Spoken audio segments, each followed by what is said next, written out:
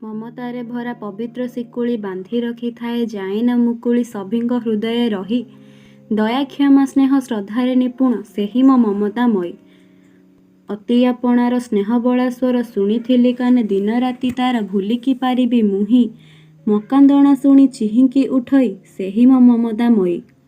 ଅଝଟ ହୋଇଲେ ସରଗ ଶଶୀକୁ ଡାକି ଆଣୁଥାଏ ଯିଏ ମୋ ପାଖକୁ ସ୍ନେହ ବଳା ହସ ହସି। ଅବୁଝା ମନକୁ ହାଲୁକା କରେ ଯେ ସେହି ମୋ ମମତାମୟୀ। କେତେ ଯେ ଦେବତା ପୂଜିଛି ମୋ ପାଇଁ ସବୁ ସୁଖ ଶାନ୍ତି ହେୟ କରିଦେଇ ସନ୍ତାନର ସୁଖ ପାଇଁ। ଆଉ କିଏ ହେବ ତାପରି ଉଦାର ସେହି ମୋ ମମତାମୟୀ। ରୋଗ ହେଲେ ମୋତେ ଆକୁଳ ଅନ୍ତରେ ଠାକୁରଙ୍କୁ ଡାକି ପ୍ରାର୍ଥନା ଯେ କରେ ଆରୋଗ୍ୟ କରିବା ପାଇଁ।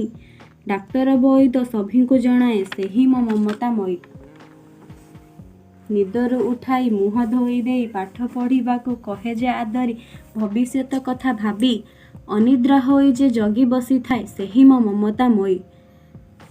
କରୁଣାର ସେହି ଜୀବନ୍ତ ମୂରତି କଷଣ ଯାହାର ନିରନ୍ତର ସାଥୀ କାହାକୁ କହେନା କିଛି। ସନ୍ତାନଟି ଯାର ଜୀବନଠୁ ପ୍ରିୟ ସେହି ମୋ ମମତାମୟୀ।